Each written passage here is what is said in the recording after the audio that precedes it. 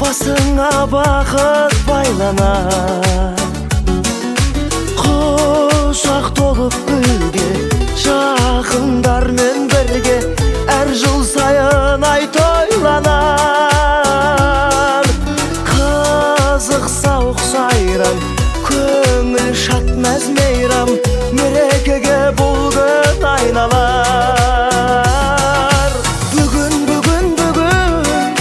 сенің туған күнің, зор денсаулық тілеймін, бақытты өмір сүргін, жаныңда болсын деймін, ашар көңіл сырың, жан серігің. Бүгін сенің туған күнің, аман болсын ата-анаң, тарту еткен ғұмыр, әр күніне жаратқан төксін шуақ нұрын, ойнап күлгін.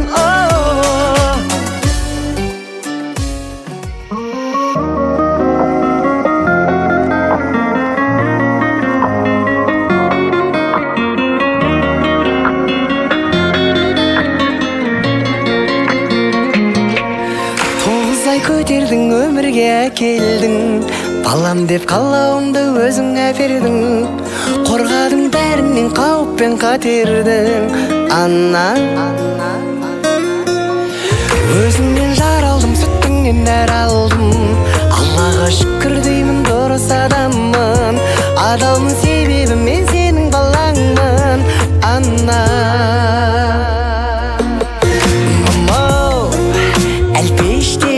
өсірген, қатемді кешірген, мамау, саялап өтемін сені.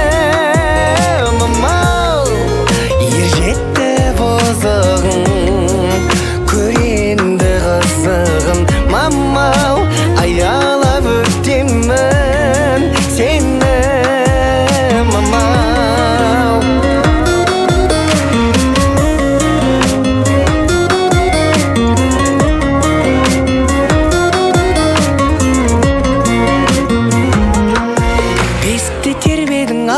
емдедің, күш берді үміттеніп маған сенгенің, сен үшін жасаймын қолымнан келгенін.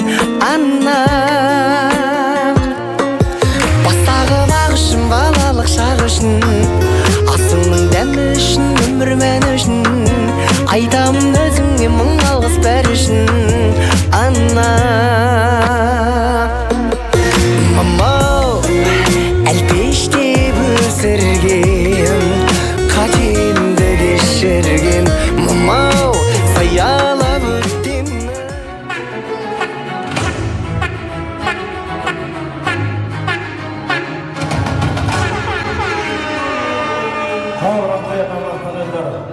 Көңіл күймен бастайық, қош келдіңіздер. Не деген шапалақ, той құтты болса.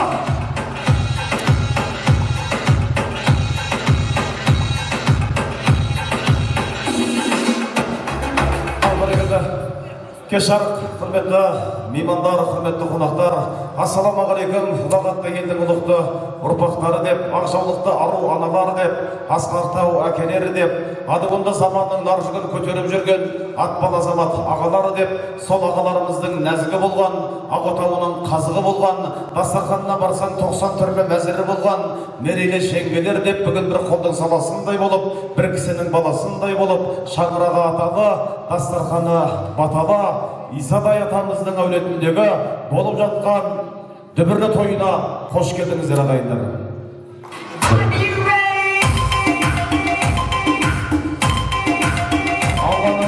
Алланың хақ жолы деп ұйғарғандар, пайғамбар сүннетіне иланғандар, ағайын баршаңызға сәлем бердік, сәлем алып жүректі имандаңдар. Мал адамның шашуы деген қазақ, шығын шығып кетеме деп қиналмаңдар. Адам деген адамға қонақ екен, бір-біріңе осылай меймандаңдар. Көтеріңкі көңілді күйге арнаңдар, болмаса мың бұралған биге арнаңдар. Бақыттыда ғұмырлы болсын дейміз, 70-тің төріне шыққан жандар, тойларын той боласын деп тілейміз. Арнайы бүгін Алмагүл анамыздың 70 жас мерейтойына жиналғандар. Тағы да қош келдіңіздер Текелі қаласына. Иса атамыздың отының басына, ошағының қасына қош келдіңіздер ағайындар. Әке асқар тау десе, ана етегіндегі бұлақ, бала жағасындағы құрақ деп жатады.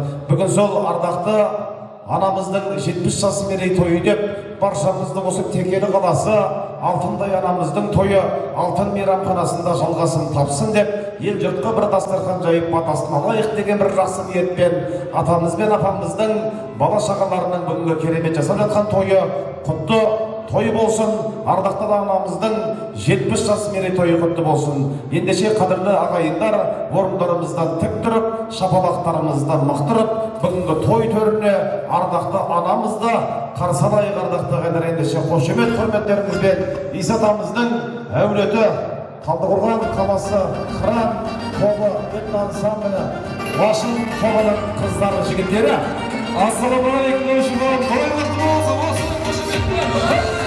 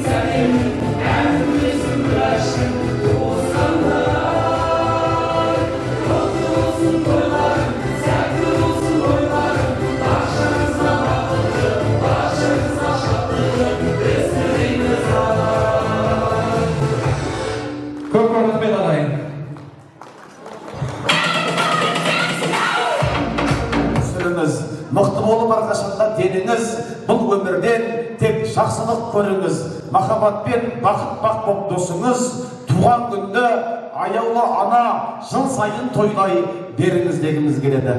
Жасыңыз бүгінгі құтты болсын, құрмет, қошеметтеріңіз болсын ағайындар.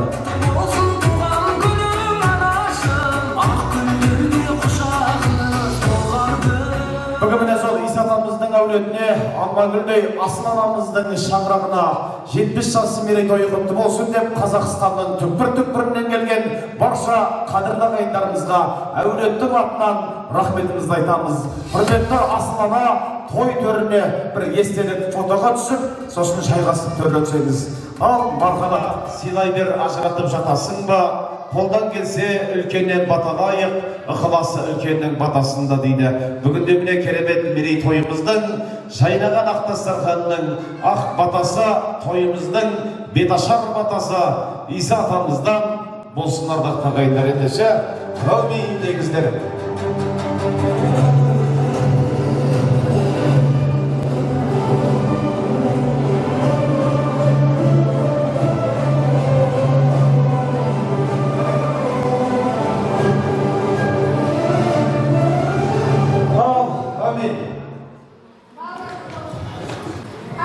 Ассалаумағалейкум, құрметті ал шақына келген ағайын туыстарына, ағай, қош жағандар, нағашылармен жүргенде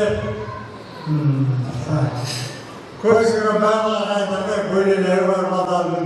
Бәрілерге мына бүгін менің асыл жарым Алманың 70 жасына келіп отырса, бәрілеріңізге келген қадамдар жақсы рахмет. Сіздердің өңіріңізде осылай жақсы тойлар болсын. Әрқашан осы тойда баспаса керек. Бата берейін бе? Бата берейін. Мен бата берейін.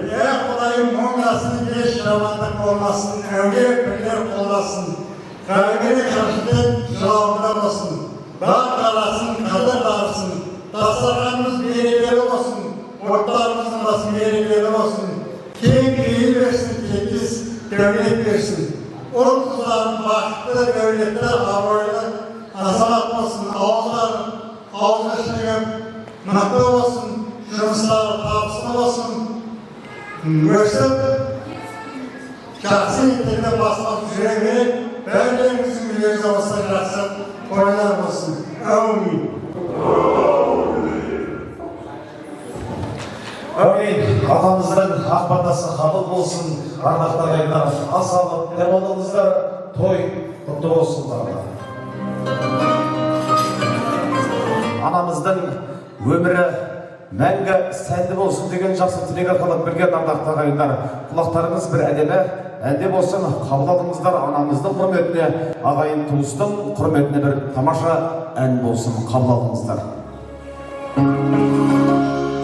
Оқсайсың менің едім бір туғанға, оқсайды мінез болған төр туғанға. Анамның саусағынан тамы түскен, ағатай жалғалтқанда құрдым бар ма? Анамның саусағынан тамы түскен,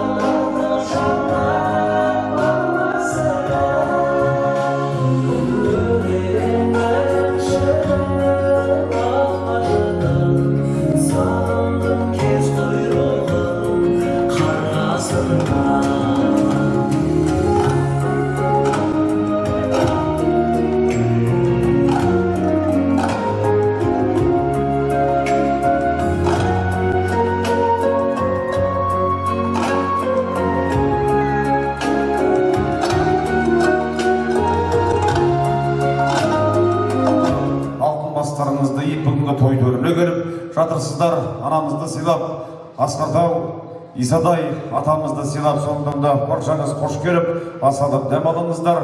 Кешімізді әдемі бимен жалғастырайық ардақтағы ағайындар. Ендеше қарсы алыңыздар. Жетісу облысы Лашын би ансамблі.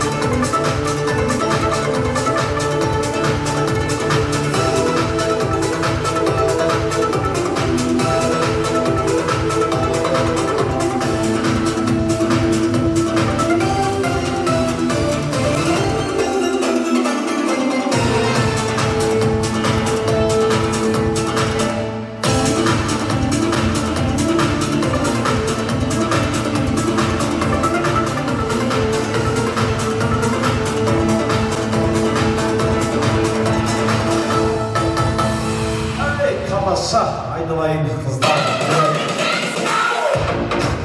Лашын би тобы. Текелі қаласы, алтын мейрамханасы, Алматы қаламыздың 70 жас мерейтойы құтты болсын ағайындар.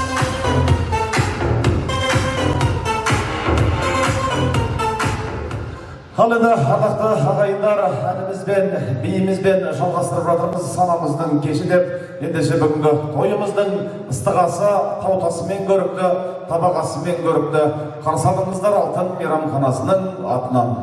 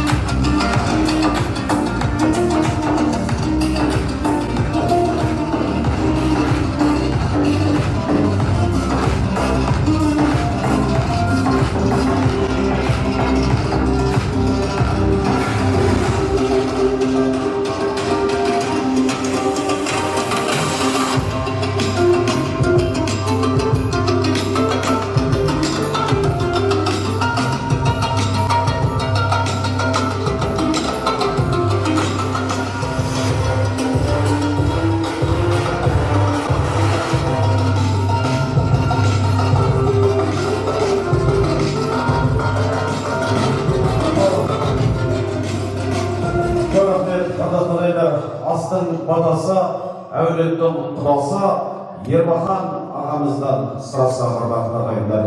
Бата көпке кетпейді, атадан бота қалғанша бата қалсын дейді қазақ.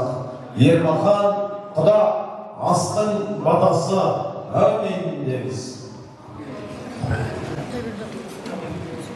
Amin diyecek olmayacağınıza. Hastalıklarınızı birlikte versin, hastalarınızı birlikte versin. Hastalıklarınızı birlikte versin, hastalarına aptallık versin. Dinin sağlığını versin, hizmetlerinize tavsiye versin. Herkaçan olsa hastalıklardan toy olsun, olsun hastalıklardan toy deyip bileyim. Toylarınız toyulmazsın. Amin Allah'a akbar. Amin.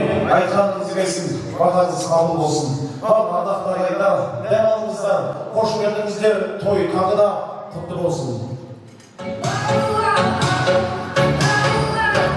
Ағайындар, қалжыңдасып қатты ойналық күлгенде де, білгенде де қоймалық, қай сөздер айту үшін жаралған, бірақ соны айту керек ойланып, қыдыр мейлі көшеде жүріп бөлайтта, бірақ бұзық әңгімеңді мол айтпа, отырғанда алаяқтың жанында түлкі жайлы әңгімеңді көп айтпа, сөйлеу керек мағынаны мәнді де, бірақ ондай ұнамайды әңгіге, молдаменен сұхбаттасып отырып арақ жайлы айтпа керек әңгіме, не демейді құрдасына құрдаса, кейбір сөздің жаман тіпті бір басы, бір орманның кетуіне өртеніп сіріңкенің жетіп жатыр бір басы. Барлық адам Мұхаммедтің үмбеті, бөтендерден жоғарылау құрметі, тойға келген әр мұсылман адамның тәтті қылып тілек айту міндеті дейді екен. Бүгін осы асыл Алмагүлдей анамыздың тойына қазақтың құнарлы сөздерін арқылап келген ардақты ағайындар, тойымыздың алғашқы бісміллә ақтелегі болсын, ортамызға құрметпенен әулеттің үлкендерін, аттарын атап түстерін түстемей барша жас үлкендерімізді қошемет құрметпен ортамызға шақырайық ардақты ағайындар. Ендеше әулеттің үлкендері той төрінен ақ тілек ортасына мархабат.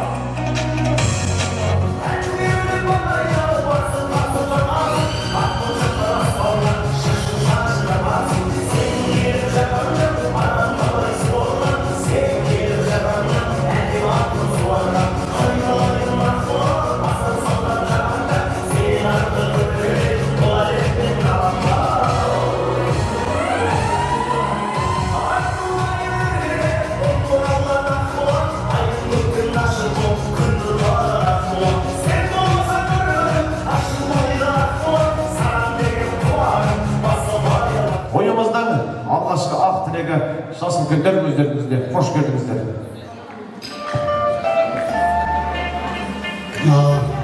Қош келдіңіздер, құрметті қонақтар. Сіздердің де үйлеріңізде осындай жақсы той болсын, қадамдарыңызға гүл бітсін.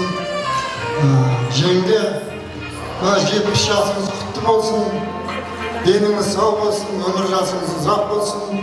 Осы балдарыңыздың, немерелердің қызығын көріп, ортамызда ойнап күліп жүре беріңіз. Тойларыңыз тойға жалғаса берсін.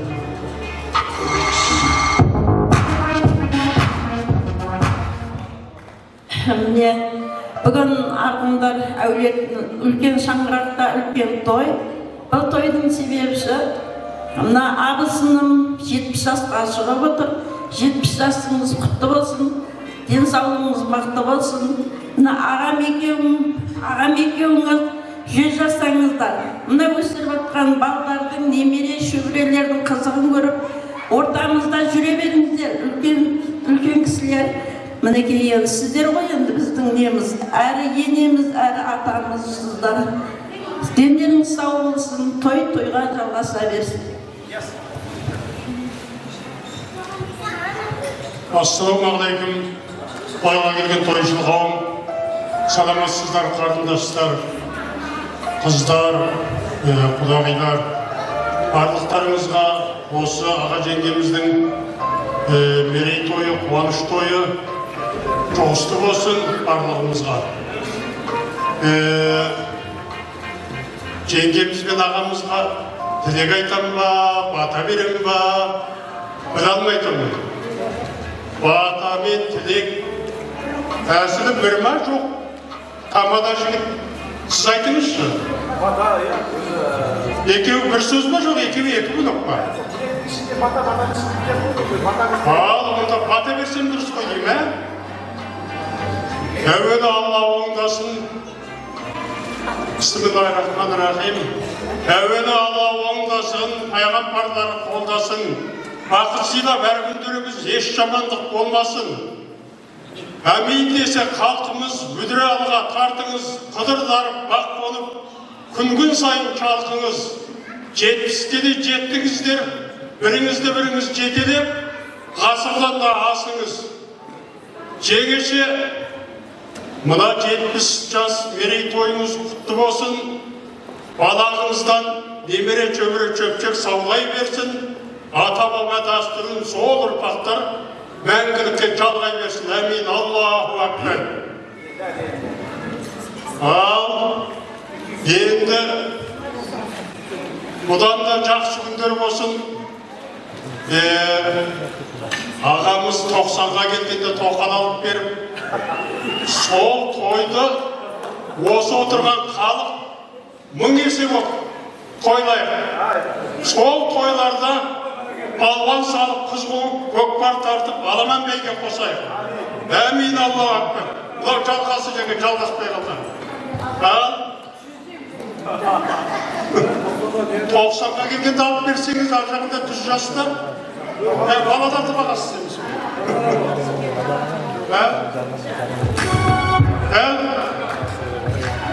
Сіз бе? Жастар айда ма? Жұғысты болсын. Бір фотоға түсіңіздер. Мен фото қойып келді. Ал бәрекелді мен ардақтар ағайындар.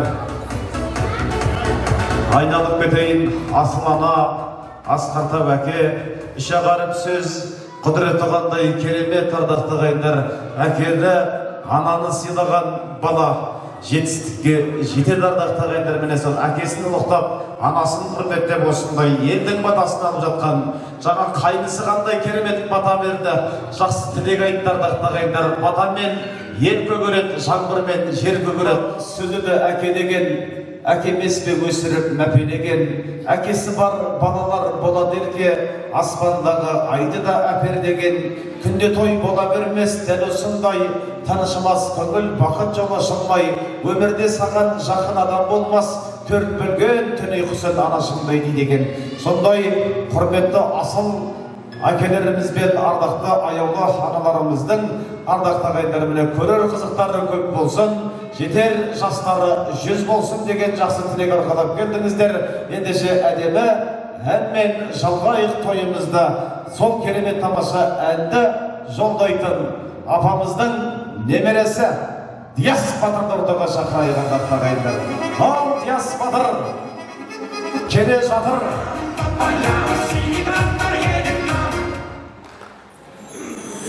Шапаға құрмасандар Диас өлең айтпайды.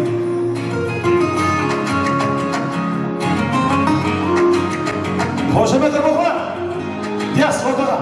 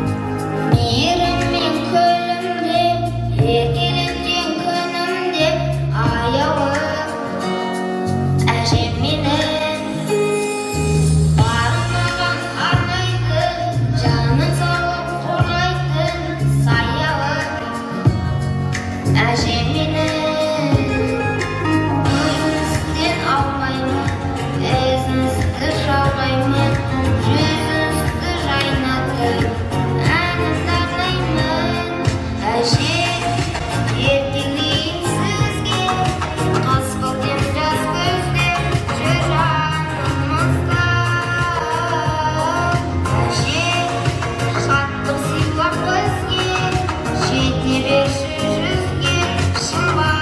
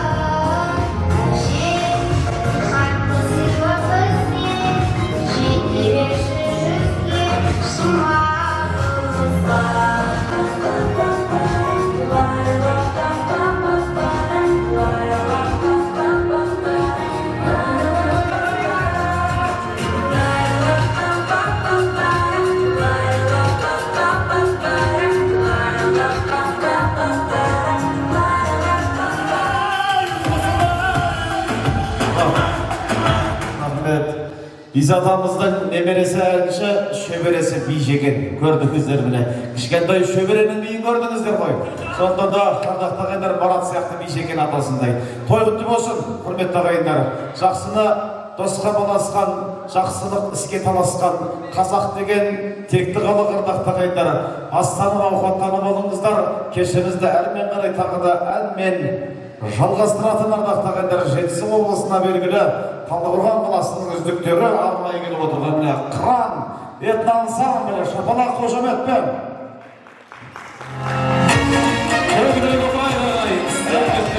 Жолы болсын жолаушы.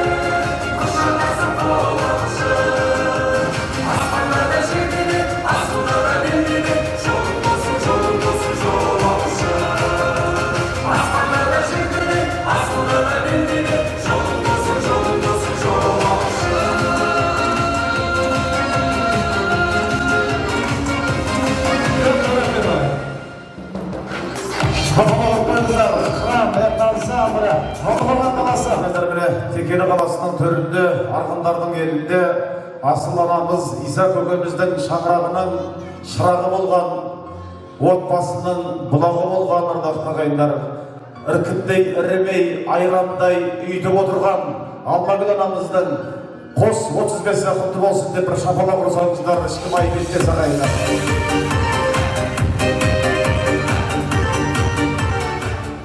Анасы бар адамдардың басында, әкесі бар адамдардың басында алтын тәжі болады дейді сол. Біз мен мына Марат деген досымның асыл анасы ардақты ағайындар, аналарымыз аман болыңыздар. Бүгінгі асыл ана кешіңіз құтты болсын. Құдай сізге ұзақ ғұмыр жас берсін. Жаңа қайныңыз батасында әдемі айтты. Сіздің сол тараған ұрпақ Қазақстанға сипасын. Құдай қаласа еліміздің бір 20-30 жылдан кейін ел тізгінін ұстайтын сіздің шаңырағыңыздан шықсын дегім келеді апа. Тойларыңыз құтты болсын. Ал енді мына экранға назар аударсаңыздар, бүгін көңілді отырайық. Бүгін той, қазір экранға бір ойын беріледі, бір адам деген. Сол адам ортаға билеп шығып сыйлығын алса деген ниеттеміз ағайындар. Қарасаңыздар, апамыздың балаларының дайындаған сыйлықтарының бәрі керемет сыйлықтар ардақты ағайындар. Тойда тобықтай әрқайсыңызға бұйырсын дегіміз келеді. Ендеше назарларыңыз экранда болсын. Ең бірінші келген бір адам. Жасы кәрісіне қарамаймыз, ортаға билеп шықсын. Бар ма? Ең бірінші келген бір адам ортаға билеп берсін.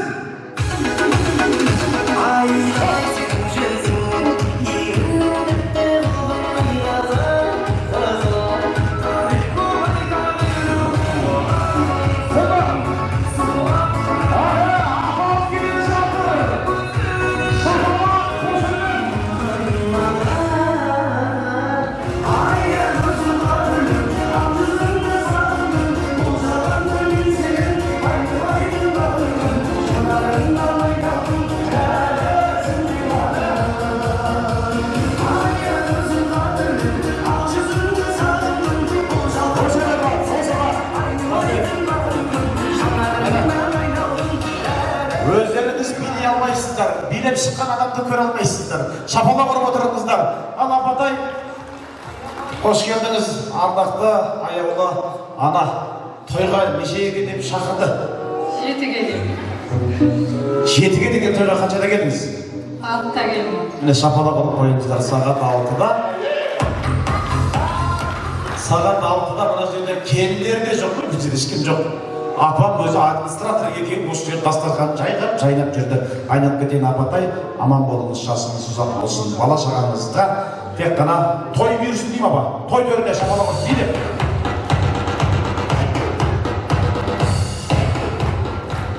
Солай оңай ойын, назарларыңыз сағы екі қиынды болсын. Ұялмай, қысылмай, қымтырмай шыңғыздыра қайындар. Ең алыстан келген бір адам болса, ортамызға билеп шығар.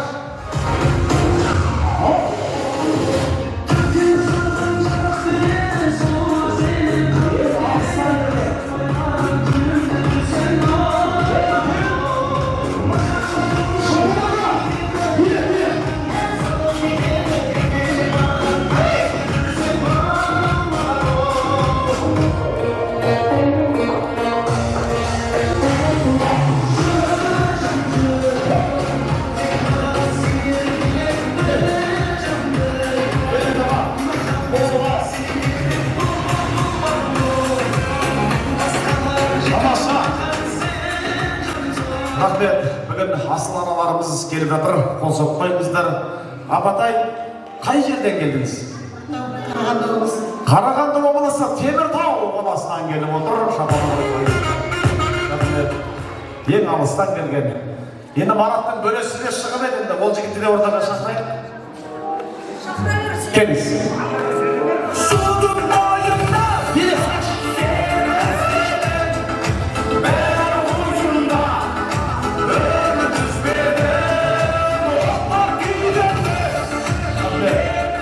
Мараттың бөлесі есімі? Қолдасбек. Қолдасбек мырза, қай жерден келдіңіз? Астана. Қайсысы алыстан өзі? Негізі қара. Шапалақ ұрып қойыңыздар. Сондай керемет, алыстан Талдықорғаннан Текеліден келмей жатыр ғой. Мына кісі Қарағандыдан келіп жатыр ғой, шапалақ ұрып қойыңыздар. Мынау сізге. Қолдасбек мырзаға да әдемі сыйлық. Елордасы Астанадан келіп жатқан бауырымызға Алла разы болсын сіздерге.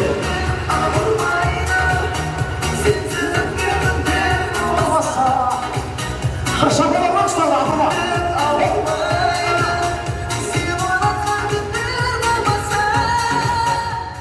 Ал бәрекелді. Келесі адам Мұқағалидың өлеңін жатқа оқитын бір адам болса, келіңіздер. Мұқағалидың өлеңін жатқа оқитын бір адам. Мақоннан басқа. Айналайын, балатай, балапан, атың кім? Көзайым. Көзайым, қандай күшті, көзайым деген. Ал құтты болсын атын. Қандай өлең? Мұқағалидың қай тақпағын білесің? Әзем. Тентек болсам асырып, сақсырып, асырып, маған сақтап сөйледі, таттың еді сасырып, таттыңдан дерін, ол жердеп бар жеттім.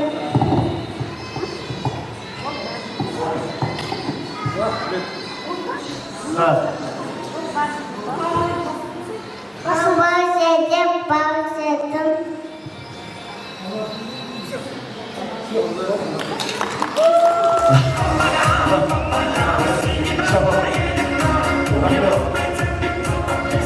Рахмет. Мұқағали дейді ма, дұрыс па? Шапалақ ұрып отырыңыздар, Мұқағали дейді мына жерде ұрпақтары болып ұят болмасын. Біледі, мынау біледі бірден. Атың кім? Атың кім?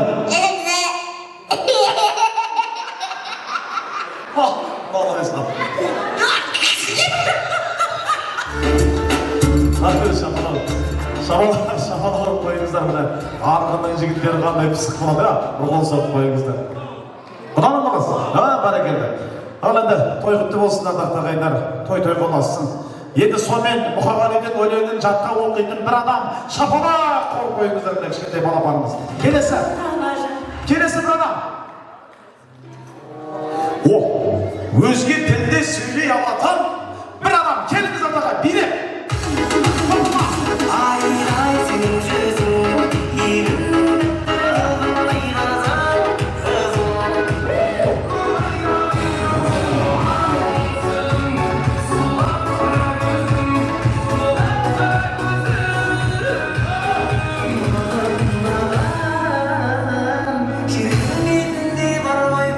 Тамаша, рахмет. Бірінші болып қол көтерген әпкеміздің есімі кім екен? Бақытгүл. Қандай өзге тілді білесіз? Моңғолша білем, жапонша білем. Вау, шапалақ ұрмайсыздар. Қазақ тілінен басқа моңғол тілі, жапон тілі. Тағы? Бәрекелді. Өзі бір білетіндей өзінше қанша айтып қояды дейді. Ал сонымен моңғолша құттықтаңызшы бірінші. Хүндіт нөфірік, мені сәхім өтістік, Ход, Иса, күндіт құдағи алмагүл, қабы күнек өнедірен, байри менді хүргие, тани өнедірен, ен биднари көрч, сәйд көкчвеға, асыл чын марши байырымда. Рахмет. Мен де моңғолша біледі екен, ішінде Иса деген сөзді таныдым. Алмагүл деген таныдым. Рахмет, қазақ тіліне ұқсайды екен деп отырмын ғой. Перевод жасайын, енді моңғолша көптеріңіз түсінбейтін болғандықтан. Бүгінгі осындай үлкен той жасап жатқан құдамыз Иса, құдағиымыз Алмагүл, сіздердің өмір жастарыңыз ұзақ, әрқашанда ұрпақтарыңыздың осындай қызығына бөленіп ұзақ жасаңыздар. Рахмет апай, жапон тілінде бір ауыз айтыңызшы, жапонша. Саке. Саке. Рахмет, Әлема. Бір еркек. Шапалақпен.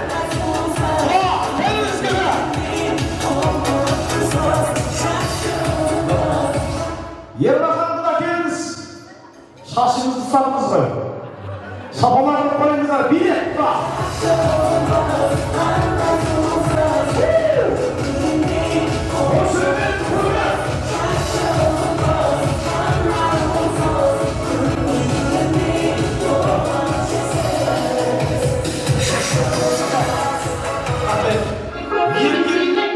Еркектер үшін ең керемет прическа осы кісіде ғой.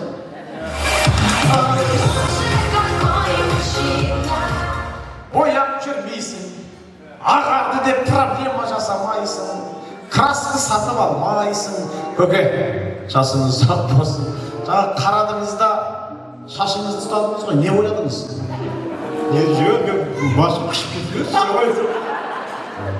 Басыңыздың қышқанының пайдасы бір подарок сізге. Шапалақ. Көп рахмет, аман болыңыз.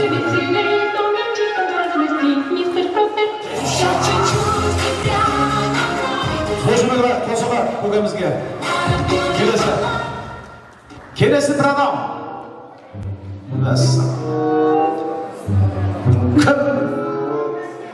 татуировкасы бар бір адам. Советский жігіттер.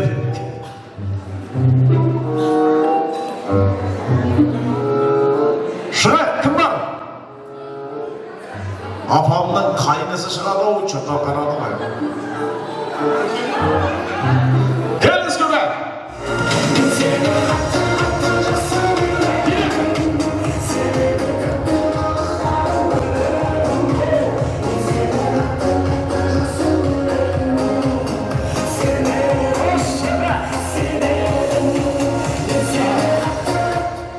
Көке, есіміңіз? Таңатар. Таңатар ағамызға бір шапалақ ұрып қойыңыздар. Міне, ұялмай, қымтырылмай, қыстырылмай. Иә. Жақсыз демей тұрыңыз, мен бір сұра. Бірінші көріп ұрайық. Не деген арам көріксі. Сенбей атырда қар. Бәрекелді.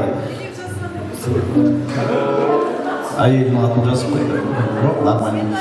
Таңатарға сізге бір сұрақ қойды. Оңай қиын.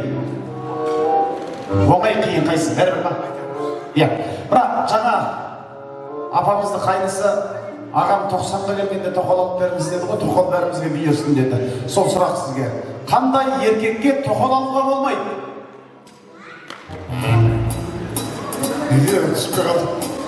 Қандай еркекке тоқал алуға болмайды? Әйелі бір адамда болмайды. Тағы қандай вариант?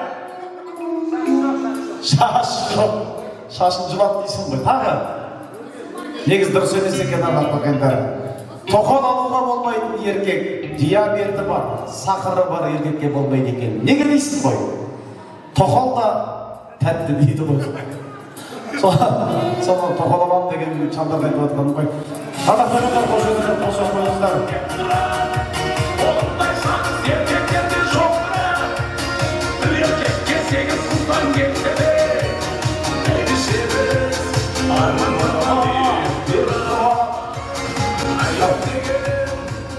Ардақтағандар, анамыздың мерейтойы құтты болсын. Алдарыңыздағы сусыннан тәмнен алып отырыңыздар. Алтын мейрамханасы, алтындай ардақты анамыздың 70 жас мерейтойы. Ендеше қадірлі ағайындар, құрмет қошеметпен ортамызға Алмагүлдей асыл аяулы анамыздың бауырларына, бөлелерге және жиен шапалап қошемет ұрып қойыңыздар дейді. Алмагүл апамыздың бауырлары, яғни Алмагүл апамыздың төркіні маэстро билеп шыға жолда.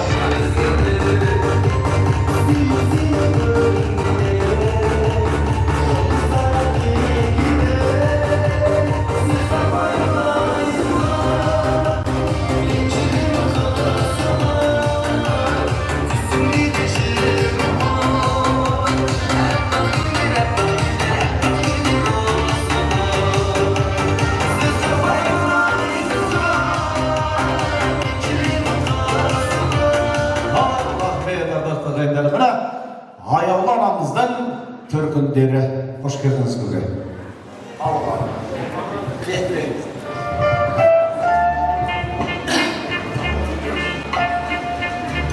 Қайырлы кеш, қош келдіңіздер, ағайындар, достар.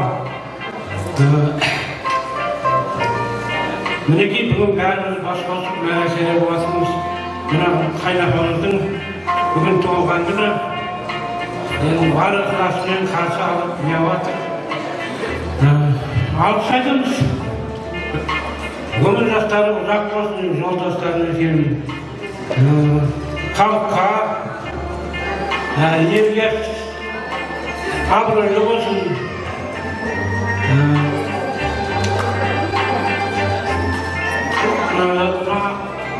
Шөгірелерін тойына шақырып жүре берсін.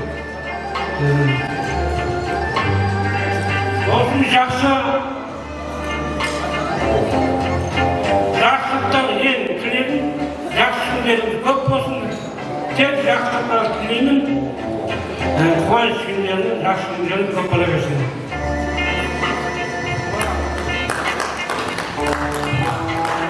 Қош келдіңдер, құрметті қонақтар. Міне бүгін менің ауырым Алмагүл менен күйеуім Исаның отбасында үлкен мерейтой. Ауырым күнге 70 жас мерейтойың құтты болсын жаным. Қосағыңмен қосаға, ұрпағыңмен мың бол жаным. бар жақсылық тілеймін жандарым, аман болыңдар. Маратжан, Ақтүгіл, немерелеріңнің туған күні құтты болсын, өмір жасы ұзақ болсын, дені сау болсын. Немере шөбере ертіп ата енеңнің жолын қуып жүре беріңдер. Қыздар барда барлығына рахмет. Маратжан, ата-анаңды сыйлап, құрметтеп отқан Алла сені сыйласын жаным. Әрқашан отбасыларыңа тойға келейін.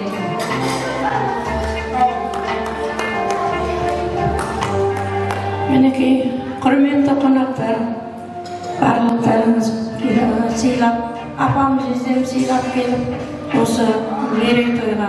Апам 70 жасыңыз құтты болсын, жасыңызға жас қосылсын, жездем екеуің қол ұстасып, бірге немере шөберенің қызығына тоймай көлдей жайнап жүре беріңіз ортамызда.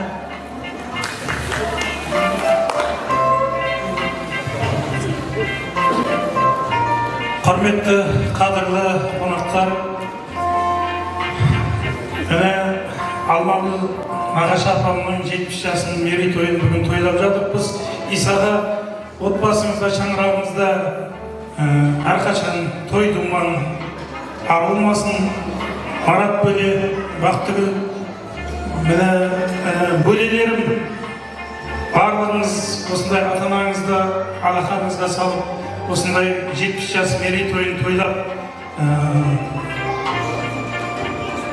тірі кезінде қадірлеп, осындай дәрежеге жеткізіп, бұл да ата-анаға деген бір құрмет қой. Құрметтеп атқандарың үшін бөлелеріміз сіздерге рахмет. Тойларың тойға бассын. Мына өсіріп отқан бұл қыздарыңның тойларында бас қосу, бөлелер болып араласып жүру нәсіп етсін. Мен текеліге бірінші келуім, ендігі тойларында араласу бәрімізге бұйырсын. Тойға бассын, апам өмір жасың ұзақ болсын.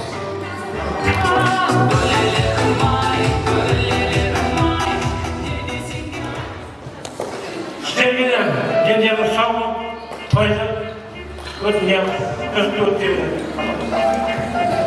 Көп рахмет аға. Фотоға түспедіңіздер ғой, естелік суретке түсті ма? Кел, ата келіңіз. Суретке түсіңіз.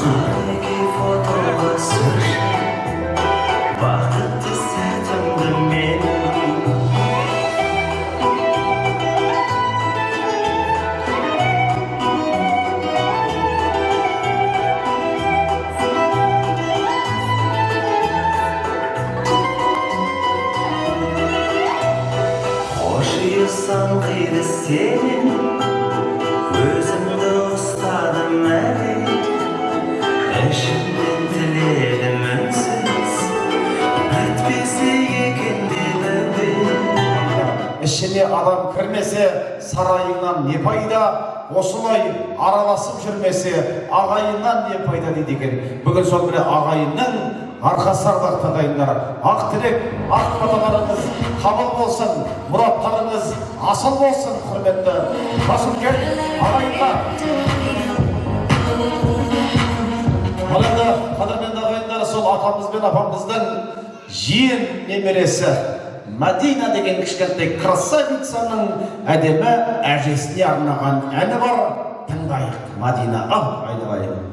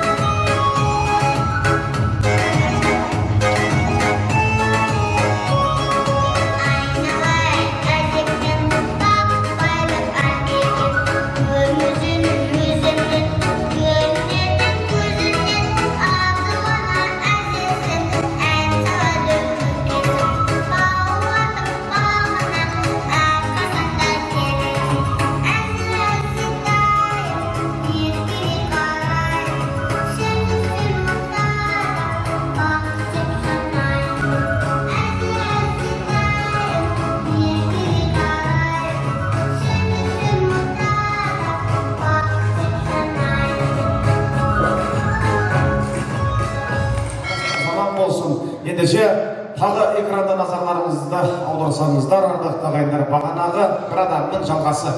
Ұялмай шығыңыздар. Ау! Вау!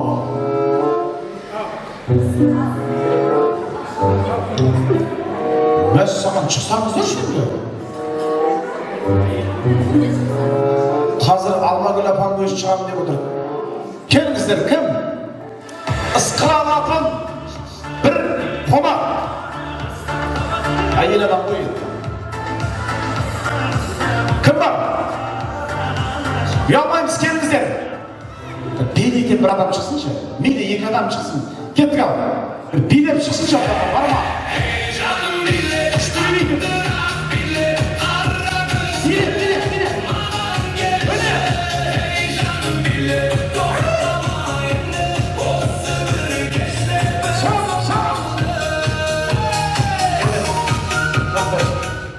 Билейтен бір адам бір жігіт кесін шығат жағы. Неден бір ұялшақ жігіт. Кет, билеп. Жігіт.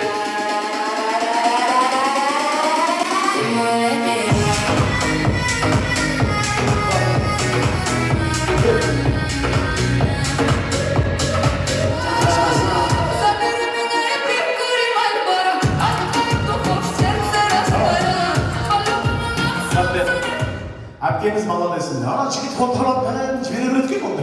Не өзі шықпайды. Иә, қолдасқа шапалап ұрпайындаршы. Міне, керемет тамаша. Енді қазір трендқа билейміз. Әбдіжаппар Әлқожаның тренд. Қазір бәрі билейді ғой трендқа. Қазір шақырма шудың бойында қалған қазір.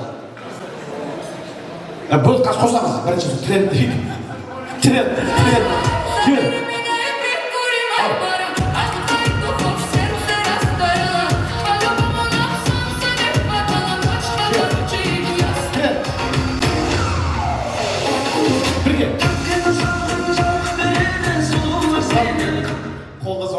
Балаларыңыз тренд бұндай көрмейсіз бе, қарамайсыз ба? Әпке өзіңіз көрсетіңізші, кеттік ал. Тренд, маэстро, жібер. Шапалақ, Надежда.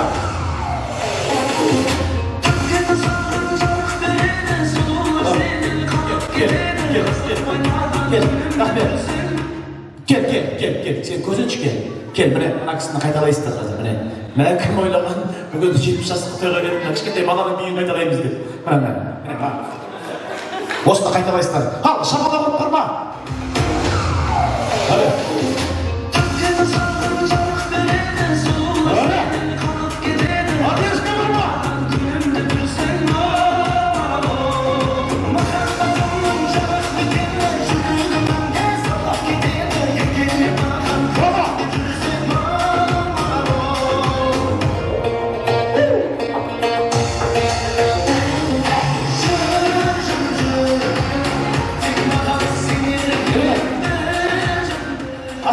Шаршама, тек шаршама емес, бір өзбекше бар ма, бір өзбекше қойып тұршы.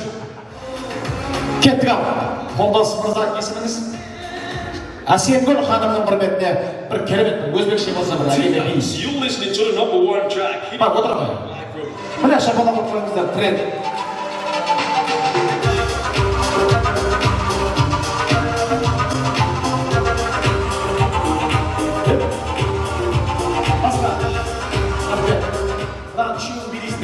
Басқасы, өзбекше. Ал, шапалақ ұрып қойып, картешке бар ма?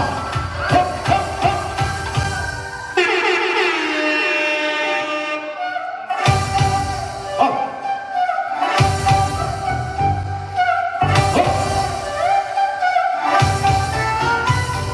Қолдас мырза, Әсемгүл ханым.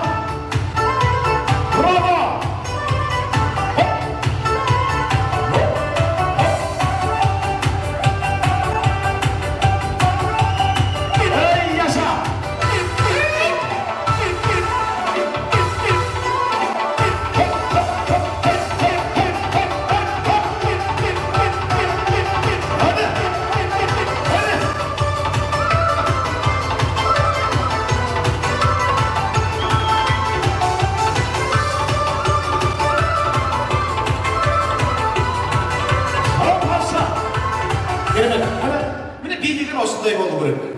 Әсемгүл ханым, көп рахмет сізге. Отбасыңызда тек жақсылық болсын. Қолдасыңызға көп рахмет сізге. Шамалап көресіз. Келесі бір адам. Музыкасыз, дымсыз билейтін бір адам. Молодец. Ал, кеттік ал. Келіңіз артаға. Бір ұялып отыр ғой, бір деңгейге бір сестің қонақтарында отырсыздар. Спокойно жасаңыздар. Музыкасыз. İşinizden birden kayıtıp bilesek işte. Ben de biliyorum. İyi sonra gel olsun. Müzik üstün soğuk davay. Ketir al, поддержка. Бақытжан! Бақытжан! Рахмет, содан енді биткен үшін алып салам.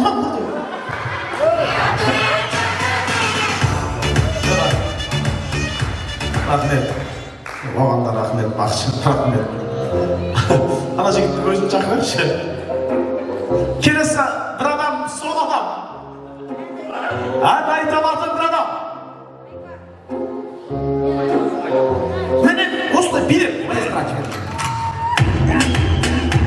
Кетші. Рахмет. Сіз Алмагүл апама кім боласыз? Келіп шықсаңшы келіңіздің тойында. Тура енеңіздің енесі сияқты тұрады. Билеп.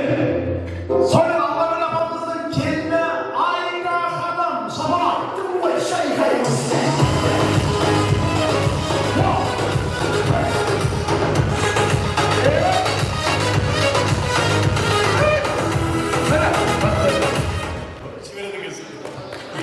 Samen, есіміңіз? Ағабия. Ағабия, необычный. Бірақ сіздің атының өзінде бір подарок келеміз алу. Шынымен де керемет. Қандай ән айта аласыз?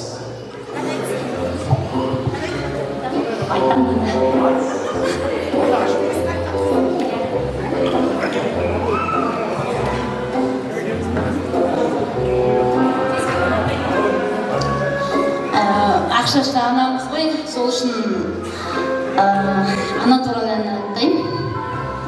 Ақшашты көрдім апа самайымнан, байғадым терең әжім маңдайымнан, шәудіреп жас балаша жаутаңдайсың, сезілет шаршағаным апау жанарыңнан.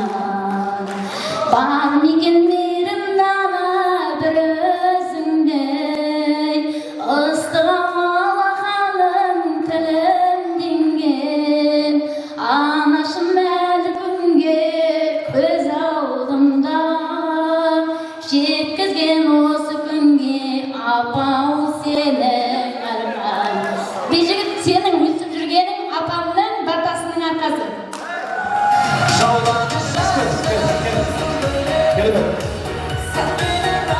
Сонымен Балауия ханымға әдемі сыйлық бүгінгі апамыздың отбасының атынан рахмет сізге.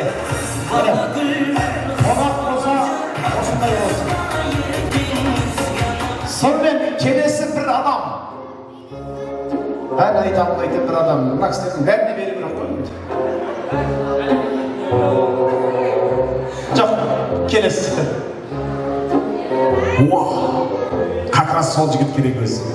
Лезгинка билейтін бір адам, ол адам қолбастың жанында отырған адам. Жібер!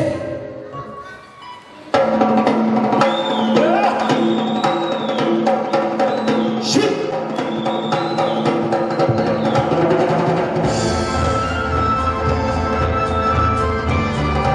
Аха, кетті! Жібер! Айде! Ай!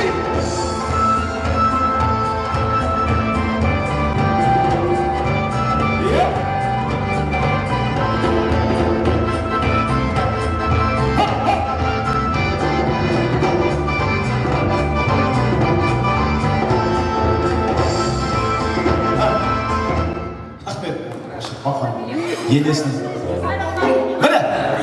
Міне, лезгинканы осылай билеу керек міне. Маэстро, лезгинка. Билеңіз. Міне ғой міне.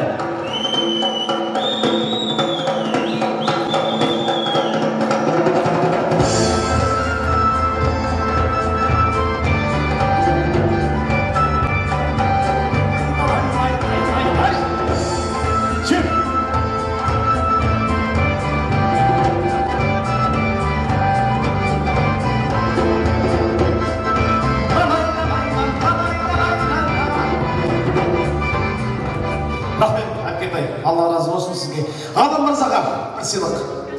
Ғалеке, сізге бір сұрақ қояйыншы. Ғалым, әдемі сыйлық сізге. Бұл кісі сізге бір поддержка. Қол соғып қойыңыздар. Лезгинка әдемі билеген Ғалым мырза. Ғалеке, сізге де бір сұрақ қойайын. Сосын әдемі сыйлық сізге берейік. Сізге қойылатын сұрақ мынадай сұрақ. Ертеде бір хан болыпты. Хан. Ханның баласы ханзада болыпты. Хан өліп қалды, ханзада кім болды? Кім? Хан болыпты. Дұрыс па? Хан өліп қалды, ханзада жетім болды. Сапалау қойшы. Ардақты ағайындар, әдемі тойымызда ақ тілекпен жалғастырайық ендеше. Өмір қымбат кем түсінген әріппенде, сый жақсы ғой тіршілікте жүргенде. Құда болып ұрпақ қалса артыңда, бұдан артық не бар екен білгенге дейді қазақ ардақты ағайындар. Ендеше осы әулеттің Иса атамыздың құдағиларын ортаға шақырамыз құрмет қошеметпенен. Маэстро билеп әулеттің құдағилары.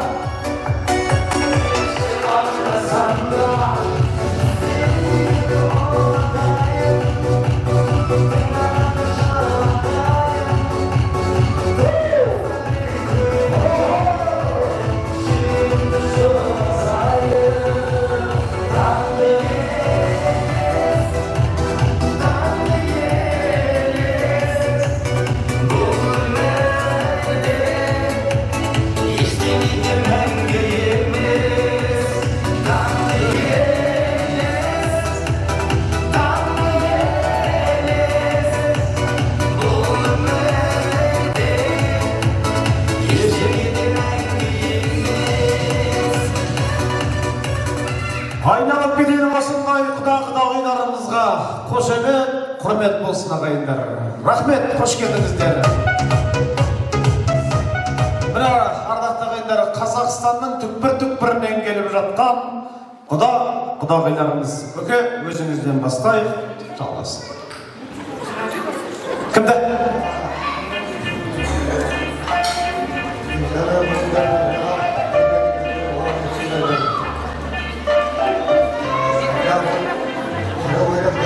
Жиек қыздар бар. Орандар мұна қалғат балам ғой. Бақат шегір çok тартық. Мен бір баламнан қатар. Әлемден тілегім осы. Үйлерің ұлғатты болсын. Қыздарың салтанатты болсын. Тойларың әрқашан құтты болсын. Ұлдар келіп, қыздар келіп, сенің ұлдарың қыздарыңдай болсын. Өмірдің қайтқаны осыған қасағанда балдарының арқасында 70 жасын тойлавасыңдар. 70 жасын құтты болсын. Мұны себеппен тоғысыңызды танытып жатырмыз. Осы сіздің тойдың арқасында. Мен тілек айтамын, сіздің отбасында мен тойламадыңыз. Тойға келіп қатын сөйлейді.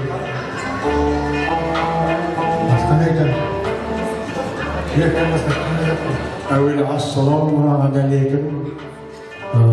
Қош келіпсіздер. Исаке, құдам, Амал апай, құдағайым. Міне бүгінгі Амал апай 70 жасыңыз құтты болсын. Өмір жасыңыз ұзақ болсын. Алланың берген жасын жасап, Исағаймен екеуміз бірге қартайып бір жастықта ақжаулықты ана ақсақалды ата болыңыздар. Мынау сіздерге қызмет қылып жатқан балдарыңызға рахмет. Балдарыңыз да өздеріңіз сияқты үлкен ақсақалды шал болсын. Немере, шөбере сүйіңіздер, шөпшек көріңіздер. Әрқашан үйде той болсын, үйіңізге той деп келейік. Құрметті құдағайын туыстар, міне бүгін менің құдағайымның 70 жас мерейтойы. Мерейтойыңыз құтты болсын, әрқашан құдамен жүз жасаңыз. Отбасыңызға амандық, саулық тілеймін. Балаларыңыздың қызығын көріп, немерелеріңізді ерттеп, гүлдей жайнап жүре беріңіздер. Әрқайсыңызға осындай жосты болсын.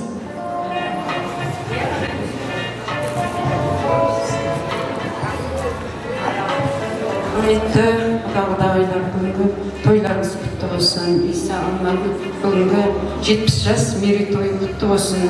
Өмір жасың ұзақ болсын. Бірінші денсаулық дейді, денсаулығың құтты болсын. Мына өсіп жатқан балдарың, ұл-қыздарың, немере шөберелерің қызығын көр. Бұдан да күміс той, алтын той, бриллиант тойларыңды тойлауды нәсіп етсін Алла. Балдарың қызығын көр. Иса екеуің бір жастықта қартаюды Алла нәсіп етсін. Сапыда болмайсыздар ма апалар?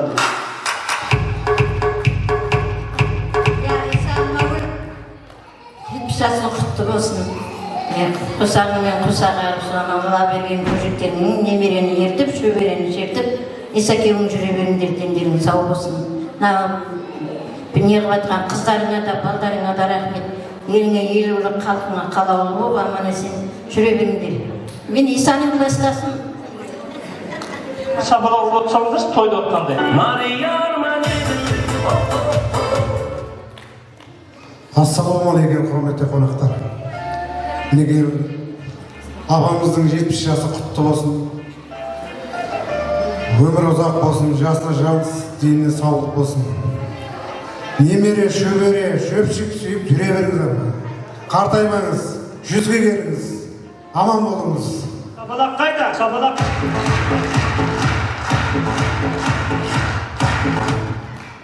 Құрметті тойшыл қауым, бүгінгі Алмагүл әжеміздің 70 жылдық мерейтойына келіп отырған баршаларыңызға бүгінгі кештің жалынды сәлемін жолдаймын.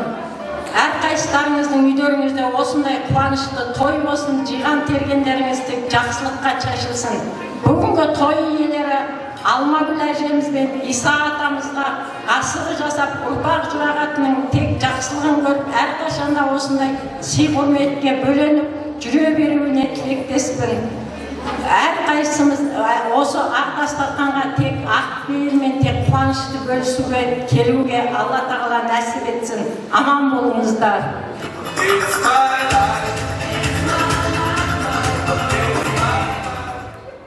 Алмагүл апа, ата, бүгінгі тойларыңыз құтты болсын. 100-ге жетіңіздер. Балаларыңызға, ұл-қыздарыңызға үлкен рахмет. Өссін, өнсін бала шағаңыз. Сіздің атыңызды шығаратын немерелер келе берсін дүниеге. Сіздің қандай білімді, тәрбиелі болсаңыз, сіздің балаларыңызда, немерелеріңізден сізден асқан тәрбиелі болсын. Білімдерін шыңдай берсін. Мына біздің Қазақстанымызға шығатын немерелеріңіз көбейе берсін. Деніңіз сау болсын, ауырмаңыздар.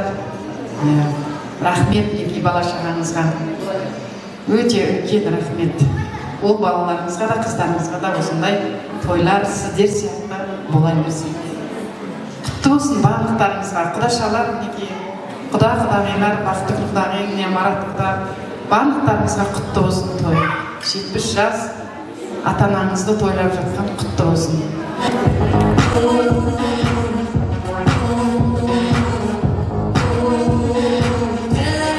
Қолдарыңызды столдың астында сабылып не істейсіздер, осы бір сабыр алып отырсаңыз тойда отқандай.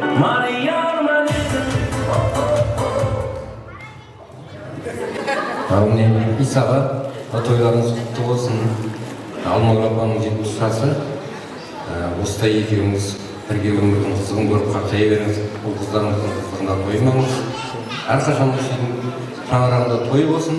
Осы жиылған сіздер осы тойда барлық сіздердің қуаныштарың тоғыр тапқызсын. Жастарыңызға жас қосыла берсін.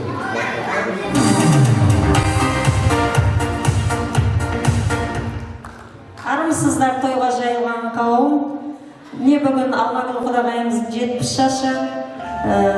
Исатан, жұптарыңыз жазылмай, біздердің алдарымызда сіздердің осы сіздердің іздеріңізді бізге берсін, дендеріңіз сау болсын, өмір жастарыңыз ұзақ болсын, балдарыңыздың қызығына тоймай жүре беріңіздер. Тек қана үйлеріңізге той деп келейік, жиған тергендеріңіз тойға жайылсын. Құдағи, мына 70 жас мерейтойыңыз құтты болсын деймін. Сізге тілейтініміз зор денсаулық, ұзақ өмір, мына немере шөбере сүйіп, қызығына тоймай жүре беріңіз, 100 жасаңыз дейміз. Алмагүл апа, 70 жас мерейтойыңыз құтты болсын. Балалардың, немерелердің, шөберелердің қызығын көре беріңіз. Ағамен бірге шөберелеріңіздің де туылған күні құтты болсын. Роза келінім туылған күні құтты болып, жылдан жылға, жастан жасқа жетіп, Дайрабай бауырым мен Нұрсұлтан қызын көре беріңдер. Барлық тойыш иелеріне құтты болсын айтамыз.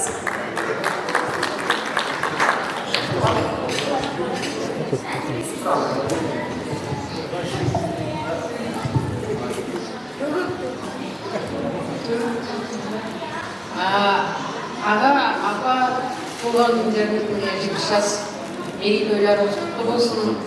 Алдарыңызға рахмет, Алла разы болсын. Осындай балдарыңыздың көбейіп өсіп өне берсін. Сіздердің жолдарыңыз бізге берсін. Аңсаған арманыңызға жете беріңіздер. Бақытты болыңыздар, 100-ге жетіңіздер. Не дейміз енді? Шөбере сүйдіңіздер, шөпшек сүйдіңіздер. Әрқашанда аман денсаулық болып, осы адамдардың тілеген тілектерін Алланың құлағына шалынып, жақсы ниетте, жақсы тілекте әрқашанда үйлеріңізге келе берейік. Бақытты болайық. Рахмет енді, құдағилардың атынан бір әнін айтсақ бола ма? Бір ауыз, қысқа ән айтсаңыздар, көке, құдалардың атынан. Рахмет, енді ардақты ағайындар, құдалардың да сый сияпаты бар, керемет біле тойдан тобықтай өздеріңізге де сый сияпат, баршаңызға құтты болсын. Бір фото түсіп алсаңыздар, басымыз күнде қосылмайды ғой. Келіңіздер, апам, атам бірге. Суретке түсіп алыңыздар. Бірі суретке түсіп алыңыздар. Ал дейсіңдер. Сіздерді билету үшін арнайы келіп отырған Қыран этноансамблінің қыз-жігіттерін ортаға шақырамыз. Құрметті құдалар, ортамызда әдемі би болсын, келіңіздер, той құтты болсын. Ал, Берзат! Сіздер құрметтеріңізге қабырғаны тұртыңыз ағай. Қосылып қошеметте отырайық.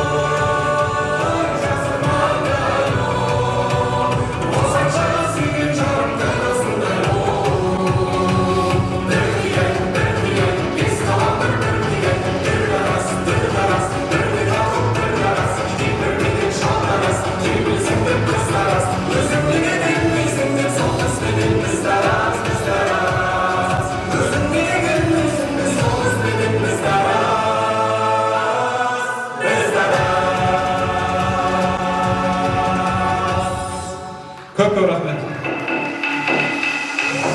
Сәлемдайық, орнымыздан тұрайық, бой жазып демалайық, ардақты ағайындар.